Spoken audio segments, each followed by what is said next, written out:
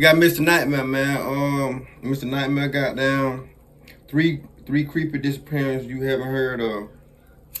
I know it one of them that really creeped me out like a motherfucker. It was like dude ass, you know what I'm saying? You know what I'm saying? Telling business about the government or some shit, or the government watching their house and shit like that, and all that type of shit. Yeah, shit. No, did he disappear? I think he just died. Yeah, it was a house fire and he died, I think, or he disappeared. But there was another disappearance too. It was a YouTuber too. I used to watch dude. He used to have he was a Russian dude, I think. He used to have all type of goddamn different type of guns, tanks and all that.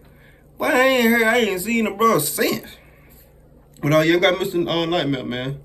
Make sure I get a video 100 likes, man. Give me 100 likes on that motherfucker, for real.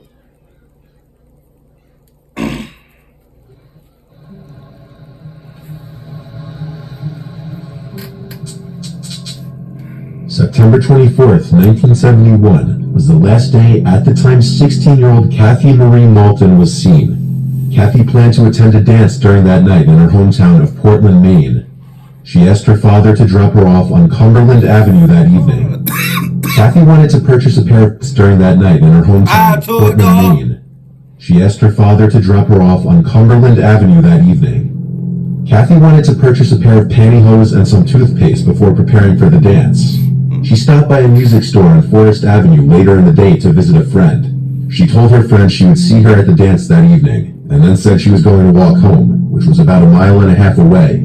She was last seen walking down Forest Avenue after leaving the music store, and she was seen carrying a brown leather Mexican clutch purse, which contained her house key, 2 tubes of toothpaste, and a very small amount of cash. When she didn't arrive home by dinner time, her parents knew something was wrong and reported her missing. Kathy was seen in a stolen blue Cadillac with her friend named Lester Everett, though it is possible that Kathy willingly left with him. There were reported sightings of Kathy, Lester, and another young man in a remote area of Aroostook County a few weeks after her disappearance. The second young man was Ronald Reed Purley. However, Lester was eventually found alone, and he claimed to not know where Kathy was. A garage employee at Fort Fairfield in Aroostook County remembered seeing Kathy, Lester, and Ronald. They came to the garage to buy new tires for the Cadillac. The employees said Ronald appeared to be controlling Kathy's movements, even walking her to and from the bathroom with his hand on the back of her neck. Across the border, hostage situation. The Tobique Reserve. Witnesses said they saw Lester and Kathy for a few days in September 1971, before the two went to a farm in the Mars. They said they saw him. Why the fuck they ain't stop it? Okay. Hill area of Aroostook County, where they started working on a potato field at McBride's farm. Kathy was completely distrusting of Lester and continually begged to go back home to Portland, which she refused. Kathy befriended a teenage girl who worked on the fields. The girl said Kathy was nervous about her parents being upset with her, and that they were probably looking for her. According to the girl, Kathy also cried often and seemed fearful of the other men working on the farm. She often said she wanted to go home. Lester became tired of Kathy's constant complaining to go home, so on the evening of September 29, 1971, while the other field workers were enjoying a bonfire, Lester got behind the wheel of the stolen car with Kathy in the passenger seat. He told her that they were going for a ride. She begged him to drive her back home, but he didn't. Lester returned the next morning and said that he had dropped her off at another camp, when in reality, he had brought her back across the Canadian border to the Tobique Reserve and left her with Ronald. At the end of the potato harvest, Lester and a few others left for Florida to pick oranges. He never returned to Maine, and when questioned, he said he did not know what happened to Kathy. Lester died of cancer in the mid-1980s, at the age of 35. Ronald, who had served time for rape and home invasion, has long been a prime suspect in this investigation. He has refused to cooperate with police, even when he was offered immunity from prosecution if he would provide details as to what happened to Kathy.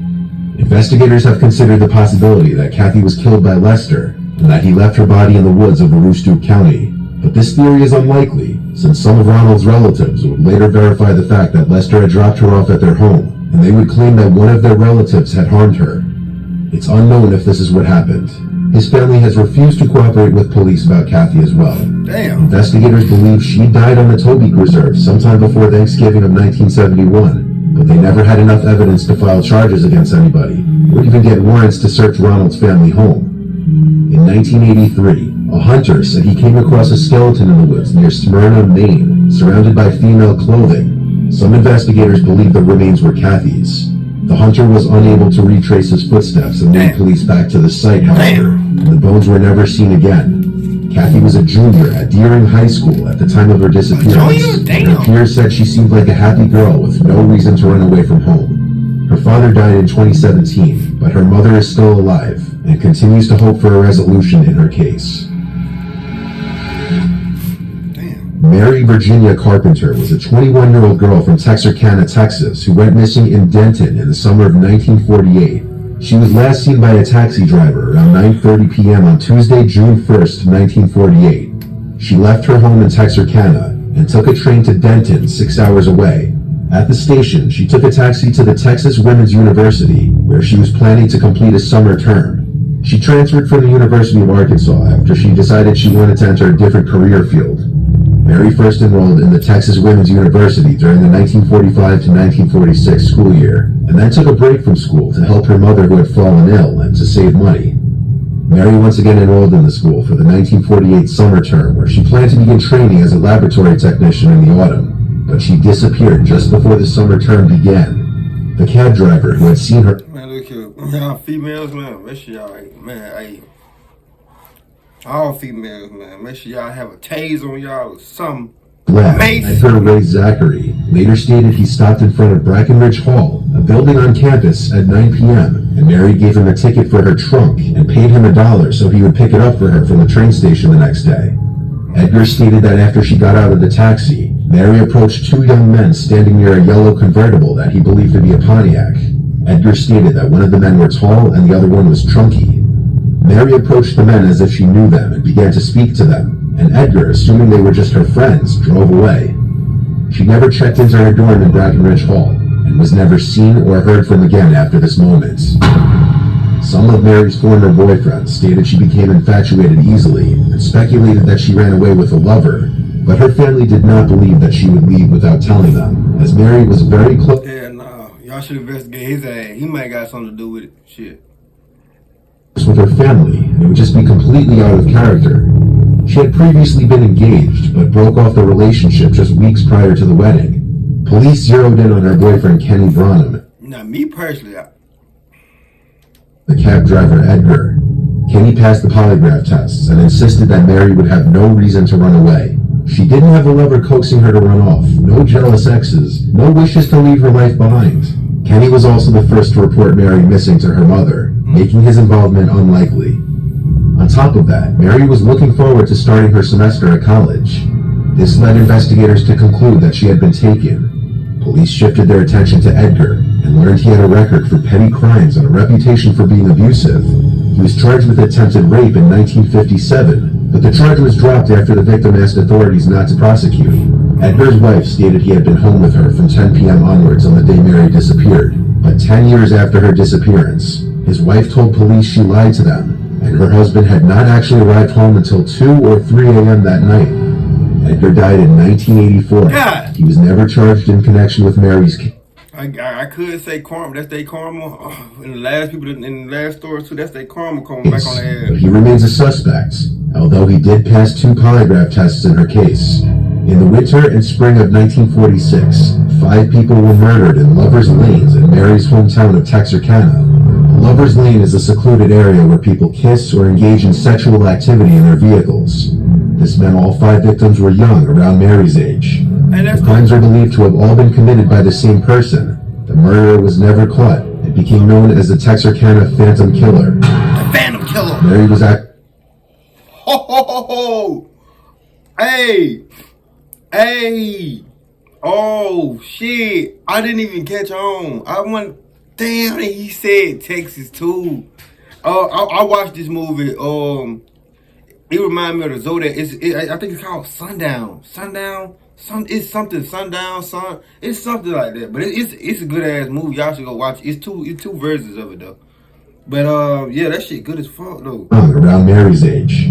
The crimes are believed to have all been committed by the same person.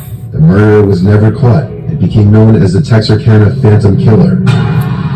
Mary was actually well acquainted with 3 of the killer's victims, creating suspicion that her case was linked with these murders, but police found no evidence to support this theory. In 1998, police received a tip that 2 men had raped and killed Mary shortly after her disappearance and buried her body in a dam at a stock tank near the Texas Women's University campus. Damn. The suspects were both deceased by this time, however. Oh, man. My friend used to pay $163 for car insurance. Now look how much he pays. Yeah, that movie good as fuck, though. I ain't gonna lie. Based on the information, but uncovered no evidence. Numerous leads and possible sightings of Mary have surfaced throughout the decades, but no solid evidence has been uncovered. Both of Mary's parents have passed away, and she was an only child, but her 3 cousins still hope to find closure in this case one day. Like Mary, Army veteran Alvin Matlock was also 21 years old at the time that he went missing in the spring of 1951. There were a lot of theories as to what happened to him, but none of them were pleasant. Alvin was last seen in Spokane, Washington, and at the time of his disappearance, he lived in a cabin on Browns Mountain in Spokane County. His little brother Clyde, who was 12 years old when Alvin disappeared, is now 83, and to this day still hopes his brother's body is found. Clyde and his wife Patricia went to the inaugural Missing Person event hosted by the Spokane County Medical Examiner's Office in 2016. At this event, which was held to help facilitate locating missing people, attendees could file police reports, submit DNA and dental records, and provide photographs of loved ones. Alvin had spoken to family members in March and informed them of his cabin's location. As far as his disappearance, his family first suspected something wasn't right when Alvin didn't show up to the family dinner on Thanksgiving Day in 1951. Good as fuck. His worried mother drove to his cabin on Brown Mountain to find the cabin empty and both of his vehicles gone. The family was told by a neighbor that he had quietly packed up and gone to Alaska. Clyde and other family... Hey, y'all want to see a Cabin in the Woods vlog, man? I'm fucking, I'm not thinking about going to Cabin in the Woods. Members believed this for a while, mostly because they wanted to.